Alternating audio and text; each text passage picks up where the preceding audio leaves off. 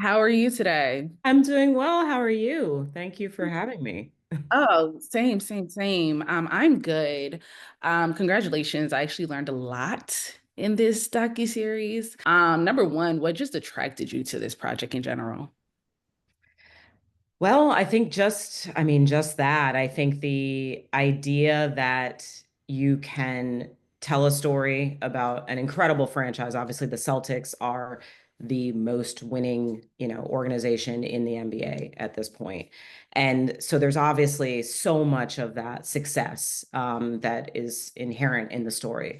But I think what I was most fascinated when I first read the initial treatment. Our executive producer, Bill Simmons and Connor Shell, there was an initial kind of story treatment that when they approached me about directing the series, I read through it. And Sharifa, I was blown away just by looking at the opportunity and the possibilities that we had with the real estate of being able to have 9 hours of time and space to be able to tell a story that starts in 1950 and goes to current day, and to be able to tell the story of you know starting with Bill Russell, the first black superstar in the NBA, and Jaylen Brown at the time, when we were doing the initial pre-production, he had signed the biggest NBA contract in NBA in history.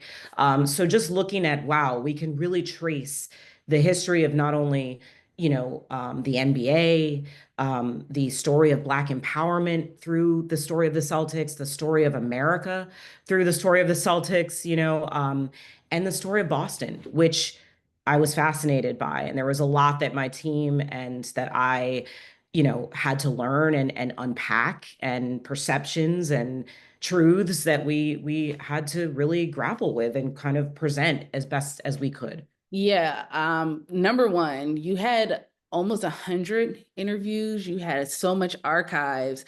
So obviously, I know 9 hours is long, but like that's not nearly enough time. Is there any story or anything you really wanted to touch on that you just couldn't fit in it? That's a really great question. I think as far as anything that we touched on that maybe I wish that we could have gone deeper, it would have probably been a little more on the side of the rivalries.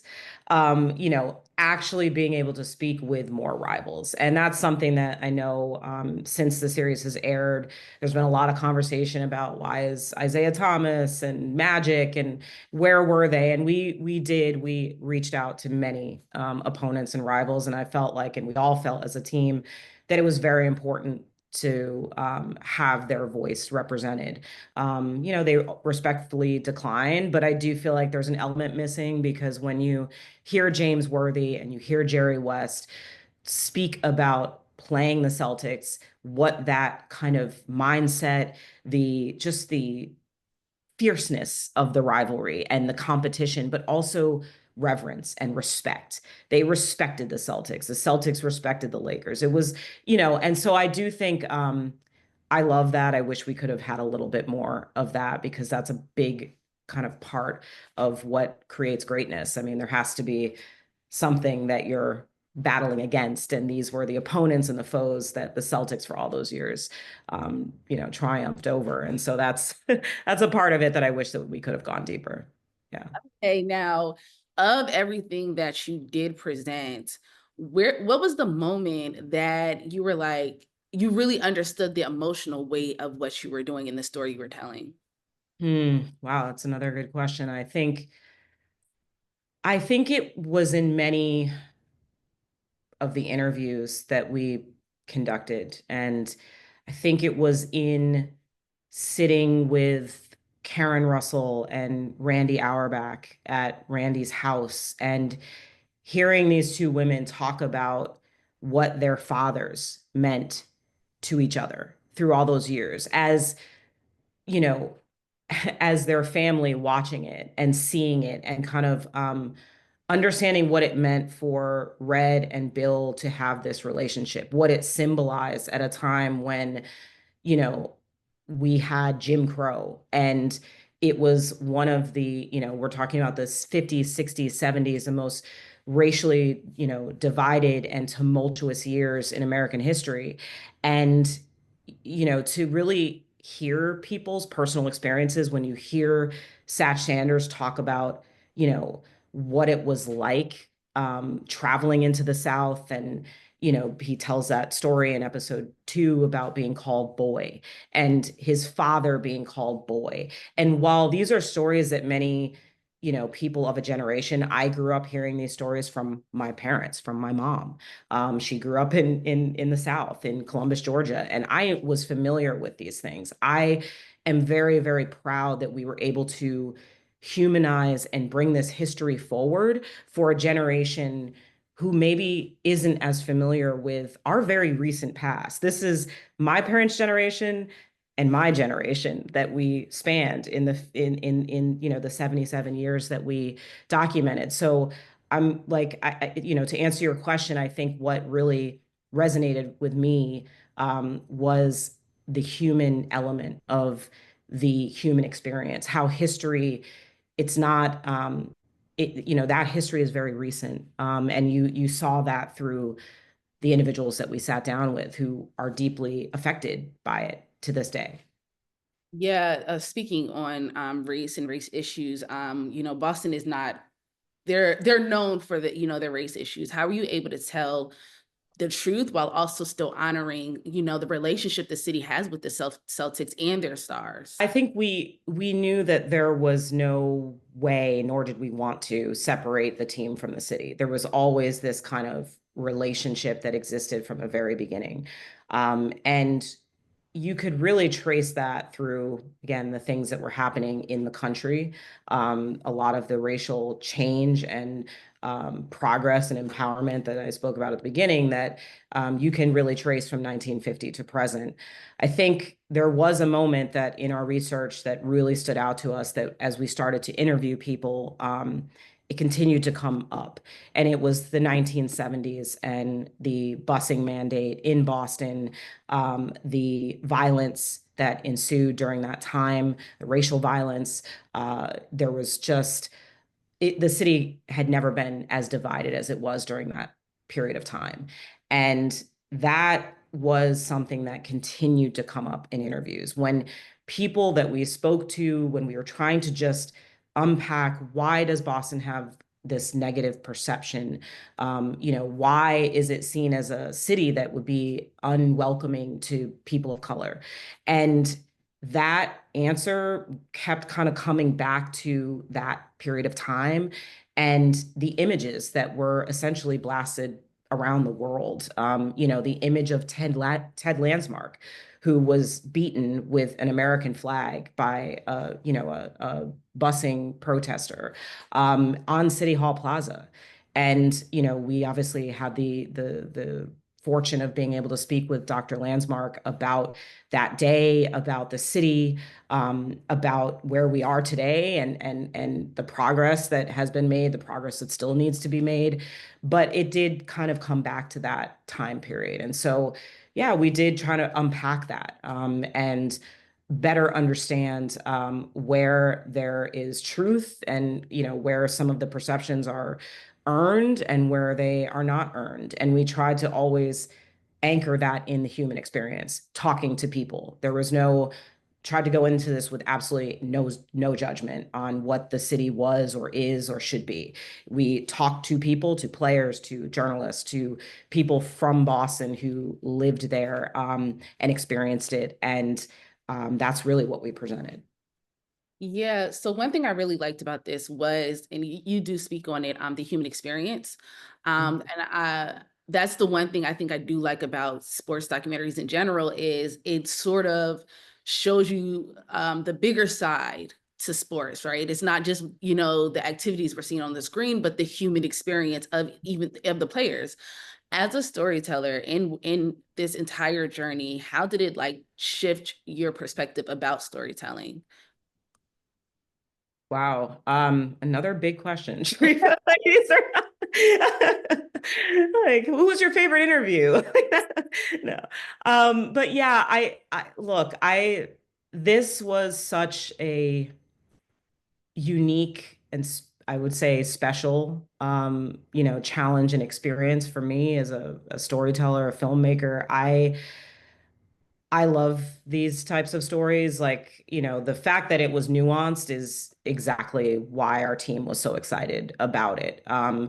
We all learned things in the 2 years that we were making this film, truly. Like, I think what I realized is like the power of sports, the power of the Celtics in what they conveyed, the symbol of unity, the symbol of hope and kind of progress in a lot of ways, because these players, they played for each other through every era, through all of the eras that the country is and was divided. They have continued to find unity and humanity and brotherhood in what they have done. And that's not something that we knew going into this. I think it's something we had read about Celtic pride and all these things that family, that you really don't know. You're like, is this idealistic? Is it real? But no, when you talk to these players, they felt that. They felt that sense of brotherhood and unity. And, I think Bill Russell said it best. He said, we are Celtics.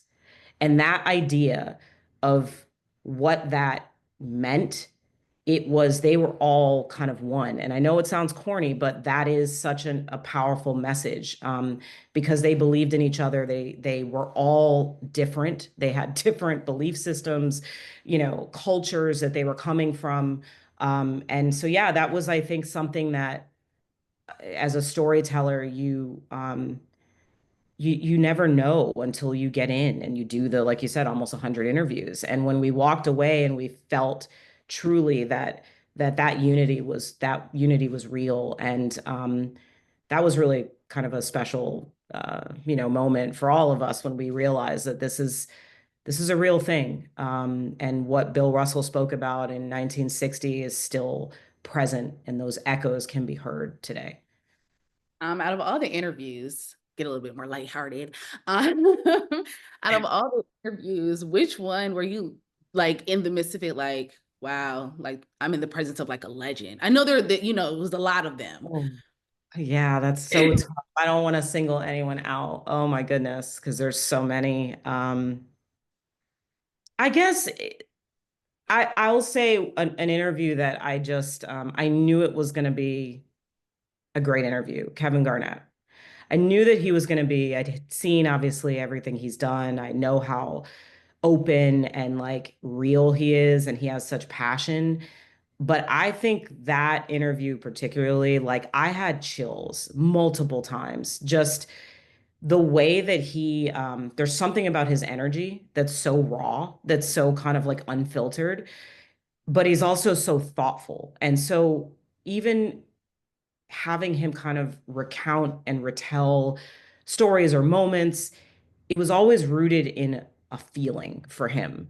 He's like very like, he's a very feeling based guy, and everyone told us that. And I just was like in awe of him, I think, just because it's rare that people can kind of, you know, um, I guess, express themselves in that way. There was nothing manufactured about it. None of the questions felt, it was all genuine. And then I think what that really did for me and for us was just, it made us realize why he was the heartbeat of that '08 championship team, why the fans and Boston loved KG so much. Is like, it was his heart, and he wears his heart. And he really wants to connect with people. He wanted to connect with every person on set. He came over to all of us. He just brought this energy. So I would say all of the interviews we did that are amazing and fascinating in so many different ways. But I would say KG, I emotionally feel like the audience is able to really connect with him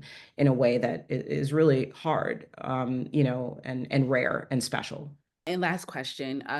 So, when they reached out, I was pleased to see that it was a Black woman that was behind this. When it comes to representation, but also in the storytelling and just where we're at now, why is it one important for, women to be seen in these spaces, especially sports? I feel like I don't know. I would expect it like a guy, and not to be ignorant, but I think most of us would. Why is it important for these opportunities for these type of documentaries behind the scenes?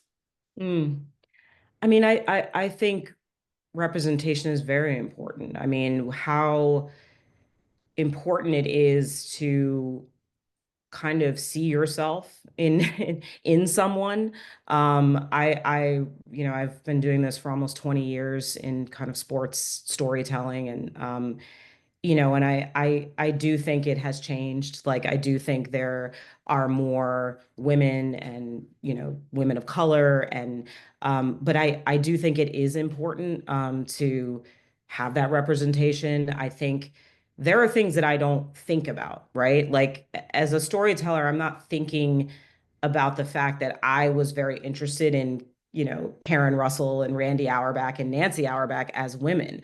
I actually had someone ask me a question of like, there are a lot of women in this story. Is that intentional? And I didn't even think about it because to me, I'm like Debbie White, JoJo White's widow, or like, Beth Havlicek, like they're part of the story, right? And Karen Russell, how do you do Bill's story without Karen? And so I don't like, it wasn't intentional in that way that I was like, I want there to be women represented here, but it was very natural for me. And I felt very comfortable, engaging with them and going to their homes and, listening to their stories. And I'm not sure not many people ask them to be part of certain, stories or films about the Celtics. And so that I think is I'm proud of that fact. I'm proud that someone noticed that there are women in this film, and I'm very proud to have directed this.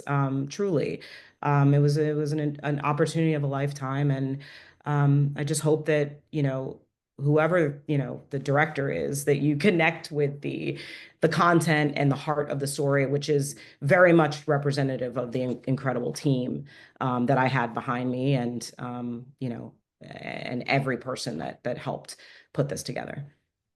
Yeah, no, thank you. I just want to note, I think it's actually incredible, what you were saying, because it was just natural for you to want to include them, but it's like that's what's so important about different perspectives, and having different people a part of your team, because it's just natural to realize one person doesn't make everything. And to tell the story, you have to tell of all parts. And I think that is where, yeah, we're probably going to get a lot more documentaries on the Celtics, in the future, and throughout their lifetime. But to make sure that they're seen through the eyes of the women as well, just not purposefully, but just like they're a part of it. I think that that's important. And so I think that's like a great conversation about, that's why we're all important in these storytellings, so I appreciate that. Thank you. Oh, thank you. Thank you so much for the opportunity to speak with me. Congratulations. It is very interesting. I'm not really a sports fan, but I'm a sports documentary fan. That's the weird Okay. thing. Yeah, I love a good sports documentary. I think it was the ESPN 30 on 30s that got me started. Yes, I was like, yes. wow, these are some good stories. Won't watch a game, but these are good. Thank you. Congratulations. Thank you so much. It was great talking with you. Have a good rest of your day. You too.